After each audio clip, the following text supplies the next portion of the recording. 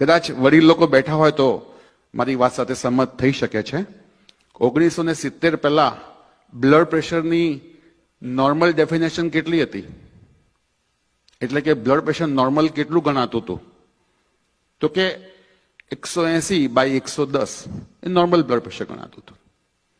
પછી ફાર્મસીઓની દવાઓ નથી વેચાતી એટલે ઇન્સ્યોરન્સ કંપની વાળાને એપ્રોચ કર્યો અને એમ કરતા કરતા બ્લડ પ્રેશર ઘટતું અત્યારે 120/80 આવી ગયું છે. હવે એ લોકો પાસે કોઈ રસ્તો નથી, નહીં તો હજુ પણ ઘટાડી શકે એ લોકો. શુગર કેટલું હતું 1990 સુધીમાં? શુગર નોર્મલ લેવલ કેટલું હતું? તો કે જમ્યા પછીનું 180 ને ભૂખ્યા પેટનું લગભગ 130-40ની આસપાસ. તો એમાં પણ એવી રીતના જ થયું. તો મારું કહેવું એવું છે કે રોગોથી નહીં પરંતુ ડાક્ટરોથી સાવધાન, એ મારું સૂત્ર છે. એમાં કોઈ ડાક્ટર મિત્ર હોય તો માફ કરજો, હું પણ પોતે જ ડાક્ટર છું. આજકાલનો વ્યવસાય એવો થઈ ગયો છે કે ડાક્ટર લોકો ઇન્સ્યોરન્સ આપે છે એટલે દવા લખી નાખે છે. કેમ? તો કે ઘણી બધી વર્લ્ડમાં એટલી મોટી મોટી ફાર્મસીઓ છે જે ડાક્ટરોને ટાર્ગેટ આપે છે કે જો તમારા ગ્રુપ વાળા આખા વર્ષમાં આટલી બ્લડ પ્રેશરની લખશે કે આટલી ડાયાબિટીસની દવા લખશે કે થાઇરોઇડની લખશે તો તમારી ફેમિલીને યુરોપની 15 દિવસની ટ્રીપ મળશે અથવા 55 ઇંચનું ટીવી મળશે અથવા ફલાણી કાર મળશે, એવા પ્રલોભનો આપે છે. ઘણી વખત તો આપણે એના શિકાર બનતા આવીએ છીએ. અને એટલે જ સ્વામી રામચંદ્ર પરમહંસે વર્ષો પહેલા એવું લખ્યું છે કે ડાક્ટરો અને વકીલો ભાગ્યે જ સ્વર્ગમાં જઈ શકે.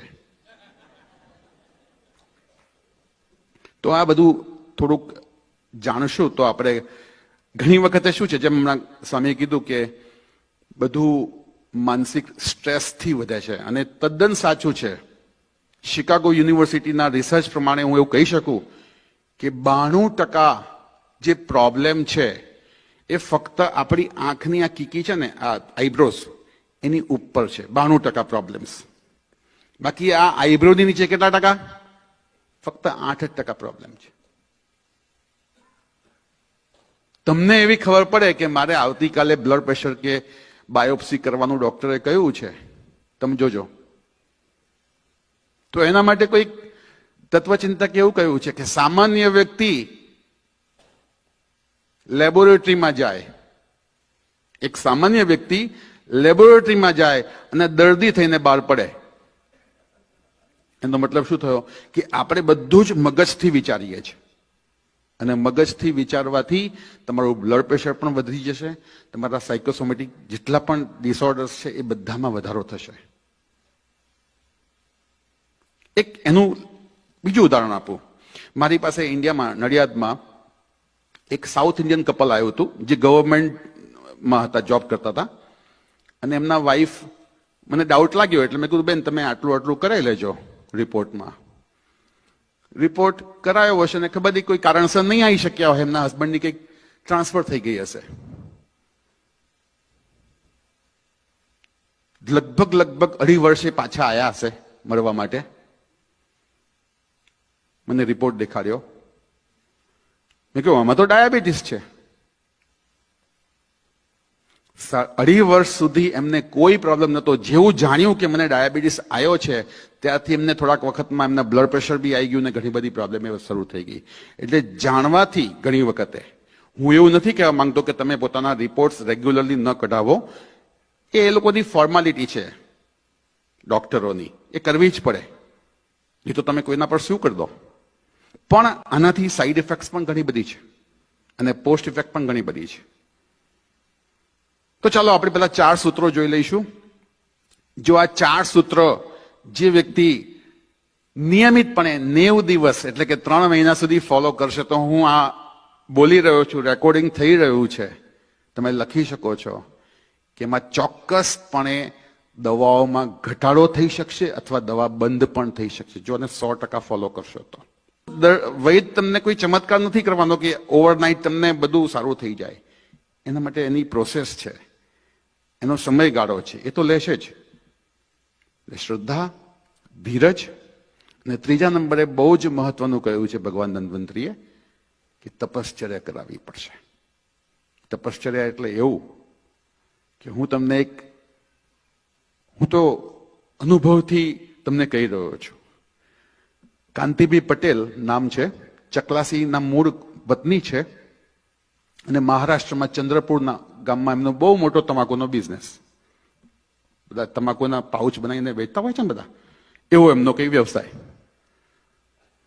હવે એ મારે આ શબ્દ એટલે વાપરવું પડે કે તમને ખ્યાલ આવે કે જે લોકો દારૂ બહુ પીવે ને એ લોકોનું લીવર ખતમ થઈ જાય, એટલે સિરોસિસ નામનો રોગ.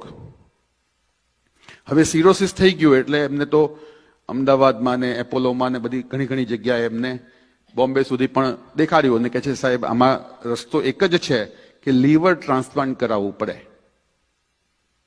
અને એ વખતે હું 2013ની વાત કરું છું, તો એ વખતે લીવર ટ્રાન્સપ્લાન્ટ નવું આવ્યું હતું સર્જરીમાં, એટલે લીવર ટ્રાન્સપ્લાન્ટનો ખર્ચો ઇન્ડિયામાં એ વખત 40-50 લાખની આસપાસ થતો હતો અને એમાંય સક્સેસ રેશિયો બહુ ઓછો હતો. અત્યારે બી ઓછો જ છે, તમે જોઈ શકો છો ગૂગલ પર કે લીવર ટ્રાન્સપ્લાન્ટનો સક્સેસ રેશિયો કેટલો છે. એનીવે હું મારું એ વખતે ઇન્ડિયામાં જવું અને મારા પૂજ્ય દાદાજીનું લીવર પર ઘણું રિસર્ચ હતું એટલે એ લોકો જાણીને મારી બાજુ આવ્યા હતા ને બધી જે શું કહેવાય કાઉન્સેલિંગ કર્યું. હવે હું તપશ્ચર્યા કેમ શબ્દ બોલું છું ને આ ઉદાહરણ કેમ આપું છું કે મેં એમને કીધું કે તમારે તપશ્ચર્યા કરવી હોય તો આ રોગ સારો થઈ શકે એમ છે. આટલું મોટું પેટ, એમને અઠવાડિયે કાણું પાડીને પાણી કઢાવવું પડતું હતું 3-3, 5-5 લીટર જેટલું, અને ઇન્ફેક્શન થતા હતા. એટલે આમ તો 15 દિવસના એ મહેમાન હતા એવું ડોક્ટરનું કહેવું હતું. મેં એમને કીધું તપશ્ચર્યા કરવાની તૈયારી છે? હા, કારણ કે બધી હોપ પતી ગઈ હતી. હવે તમને તપશ્ચર્યાનો એક એક્ઝામ્પલ આપું. મેં એમને કીધું 6 મહિના સુધી તમારા મોઢામાં પાણી ન જવું જોઈએ અને અન્નનો કોઈ દાણો ન જવો જોઈએ. તૈયારી છે? તો પહેલા તો ગભરાયા. ફક્ત ને ફક્ત અમારી દાદાજીની રિસર્ચ ફોર્મ્યુલા, દૂધમાં, ગાયના દૂધમાં જ્યારે પણ દૂધ પીવે ત્યારે એ દવા નાખીને પીવાનું. ભૂખ લાગે તોય દૂધ પીવાનું ગાયનું, અને તરસ લાગે તોય પણ ગાયનું દૂધ જ પીવાનું. સાહેબ એમને એવો ચમત્કાર થયો, તમે આજે પણ હું નંબર આપી શકું, તમે પૂછી શકો. આજે બધી દુનિયા ફરે છે, મજાથી ખાઈ પીને મજા કરે છે. 3 વર્ષ સુધી મેં એમને ટ્રીટમેન્ટ આપી. અત્યારે બીજી ટ્રીટમેન્ટ આપું છું ડાયાબિટીસની, પણ લીવરના કોઈ પ્રોબ્લેમ નથી. એ પછી તો કેટલાય લીવરના આવા બધા પેશન્ટો. આમાં શું છે કે સાચી માહિતી નથી મળતી. હવે એમને પણ કહું છું, જે લોકોને ઇન્ડિયામાં તમારી ઓળખાણ હોય અને જે લોકોને દારૂની ટેવથી લીવર બગડી ગયું હોય અથવા બીજા કોઈ કારણથી લીવર બગડી ગયું હોય, કૃપા કરીને એમને એવું કહેજો ટ્રાન્સપ્લાન્ટ ના કરાવતા. હું જાહેરાત નથી કરી રહ્યો, પણ હું કોઈ ગરીબોની મદદ કરવા આવ્યો છું કે કદાચ તમારા ગામમાં કોઈ ઓળખતું હોય ઇન્ડિયામાં તો બહુ નજીવા ખર્ચામાં સારું થઈ જાય છે. આમાં લાખોનો ખર્ચો નથી થતો. અને એ થયા પછી પણ, ટ્રાન્સપ્લાન્ટ કરાયા પછી પણ 10 માંથી 3 જ વ્યક્તિ બચે છે. અને જે બચે છે એમને આખી જિંદગી 20,000 રૂપિયા દર મહિનાનો ખર્ચો છે. એન્ટીબાયોટિક ખાવી પડે આખી જિંદગી. હવે વાત ક્યાં છે કે જે લોકો 60 થી નીચેના છે એ લોકો કાલથી પ્રયત્ન કરશે. જે લોકો 4 ગ્લાસ પી શકતા હોય તો 4 ગ્લાસ, નહીં તો શરૂઆત 2 ગ્લાસની તો કરજો જ. 2 ગ્લાસ ધીરે ધીરે અઠવાડિયામાં 3 ગ્લાસ કરજો, પછી ત્રીજા અઠવાડિયે 4 ગ્લાસ સુધી આવી જજો. જે લોકો 60 ની નીચે છે. અને પાણી બહુ ગરમ પણ ના હોવું જોઈએ, નવશેકું પાણી, લ્યુકવર્મ. બેસીને 4 ગ્લાસ, એક શ્વાસમાં 1 ગ્લાસ પીવાનો છે. સવારનું પાણી, પહેલું પાણી ઘૂંટડે ઘૂંટડે નથી પીવાનું. ઘૂંટડે ઘૂંટડે પીશો તો એ પચી જશે, એમાં સલાઈવા ભેગી થશે તો પચી જશે, તો એ આગળમાં એટલે પેશાબમાં વધારે તમને જવું પડશે. પણ ઘૂંટડે ઘૂંટડે નથી પીવાનું. પહેલો ગ્લાસ એક જ શ્વાસમાં પીવાનો છે, બીજો ગ્લાસ એ પણ એક જ શ્વાસમાં. તો શું થશે? એ પચશે નહીં પાણી, અને સીધું એ તમારા લાર્જ ઇન્ટેસ્ટાઇનમાં પ્રેશર ઊભું કરશે. અને લાર્જ ઇન્ટેસ્ટાઇનમાં બધો મળ હોય ને આગલા દિવસ તો બધું ત્યાં જ જમા હોય, તો ત્યાં પ્રેશર આપવા માટે આપણે એક શ્વાસમાં જ પાણી પીવાના છે. 2 થી 3, 3 થી 4. જે લોકો 60 થી નીચે છે, 60 થી ઉપર વાળા છે, એ લોકો 3 ગ્લાસ પીશે. શરૂઆત 1.5 ગ્લાસથી કરજો, જે લોકો 60 થી ઉપર વાળા છે. તમારા 50% તો પ્રોબ્લેમ, કે આયુર્વેદમાં એવું કહે છે કે જિસકા પેટ સાફ ઉસકા સબ કુછ માફ.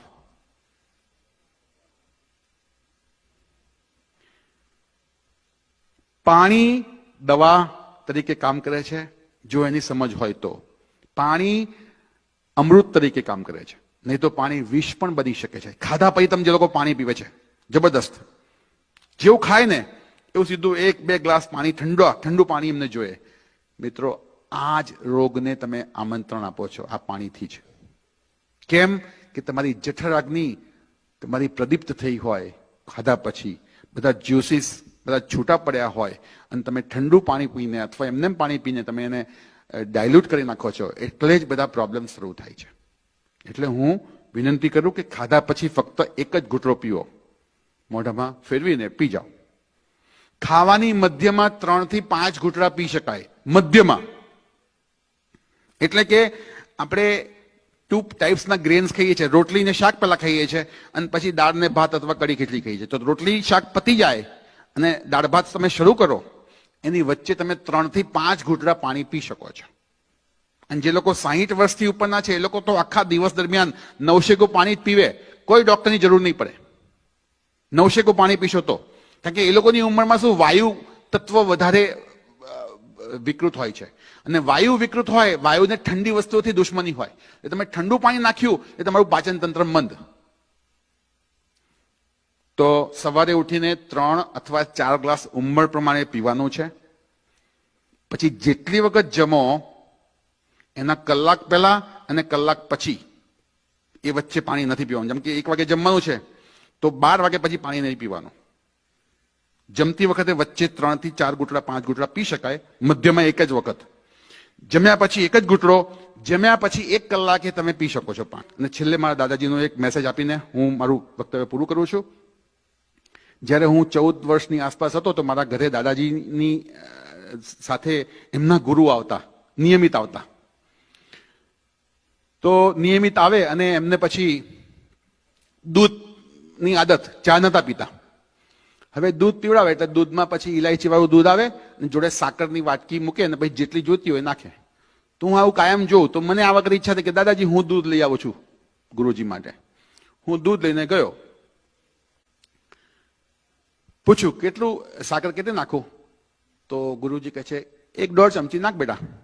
તો જેવી હું વાટકી ઉઠાઈને નાખવા જઉં છું તો એ વાટકી મારા હાથમાંથી સમહાવ, નાનો હતો ને બહુ આમ એક્સાઇટ થઈને કદાચ કરવા ગયો હોઈશ તો મારા હાથમાંથી વાટકી એવી છૂટી કે લગભગ 70% સાકર બધી દૂધમાં પડીને બાકી બહાર પડી ગઈ. તો મારા દાદાએ મારી તરફ આંખ કાઢી. એટલે ગુરુજી જોઈ ગયા કે આંખ કેમ કાઢી? તો કે તમે 1-1.5 ચમચી કીધી ને એને આખી લગભગ અડધી પોણી વાટકી અંદર નાખી દીધી. તો કે નાખી દીધી એનો મતલબ એ થયો કે દૂધ ગળ્યું થઈ ગયું? જ્યાં સુધી હું એ ચમચી લઈને હું એને હલાવીશ નહીં ત્યાં સુધી દૂધ મોડું જ રહેશે. સેમ એવી રીતના હું અહીંયા વારે વારે આવીને દર 2-4 વર્ષે તમને આવીને હું ઘણા ગોલ્ડન સૂત્ર આપીશ, પણ તમે જો એને 3 મહિના સુધી મહેનત નહીં કરો, એને નહીં હલાવો તો આપણું જીવન પણ મોડું જ રહેશે. એટલે આશા રાખું કે બીજી વાર આવું તો તમે બધા અનુભવમાં હશો. જય સ્વામિનારાયણ. અને અહીંથી જતી વખતે મારા ફ્લાયર છે, ફ્લાયર લઈને જજો. તમને ભવિષ્યમાં કંઈ પ્રશ્ન પૂછવા હોય ઓનલાઈનથી કે ફોનથી તો તમે વેલકમ છો. જય સ્વામિનારાયણ.